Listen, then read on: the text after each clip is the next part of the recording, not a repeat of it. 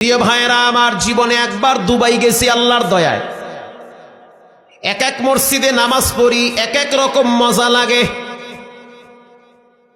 লম্বা একটা পথ পাড়ি দিলাম, মরুভূমির ভিতরে কোনো বাড়ি ঘর নাই, খেজুর গাছ দেখা যায়। এশারের নামাজের সময় হয়ে গেল। ড্রাইভার সাহেব বলল, আর বেশি না, 20 কিলোমিটার সামনে গেলেই আল আকসা মসজিদ দেখা যাবে। আল আকসা একটা মসজিদের নাম। সেখানে গেলাম নামাজের জন্য। অত্যাধুনিক কারুকার্য, অনেক সুন্দর মনোমুগ্ধকর পরিবেশ। পিছনে দাঁড়ায় গেলাম ইমামের তেলাওয়াত শোনার জন্য। ওখানে তো সাউন্ড সিস্টেম অনেক সুন্দর, তেলাওয়াত অনেক মজার। পিছনে দাঁড়ায় গেলাম, ইমাম সাহেব তেলাওয়াত শুরু করল।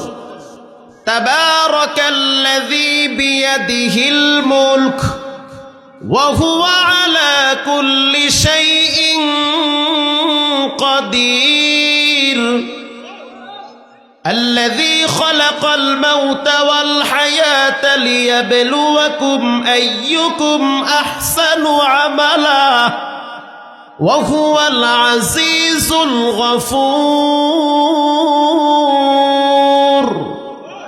আরে আমার তো ফাড়া বাস, যেহেতু মাশাআল্লাহ চমৎকার কণ্ঠে তেলাওয়াত করতেছে। প্রথম রাকাতে দেখলাম 1.5 পৃষ্ঠা বলল, তা আমার মনে হইতেছে 3টা আয়াত পড়ছে মাত্র। কিন্তু নামাজের ভিতরে আর এক জগতে হারিয়ে গিয়েছি। কারণ কথাগুলা দুনিয়ার মানুষের না, কথা একজনের, তিনি হলেন কে?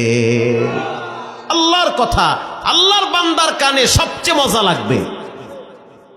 দ্বিতীয় রাকাতে সূরা হুমাযা তেলাওয়াত করল।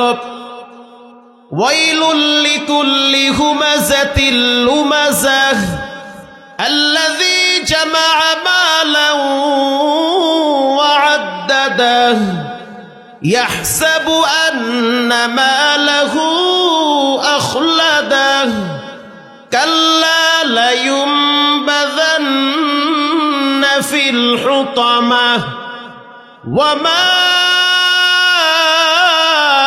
أدراك ما الحطمة।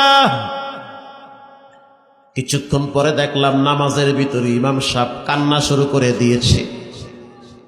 সামনে আর আওয়াজ বাড়ায় না।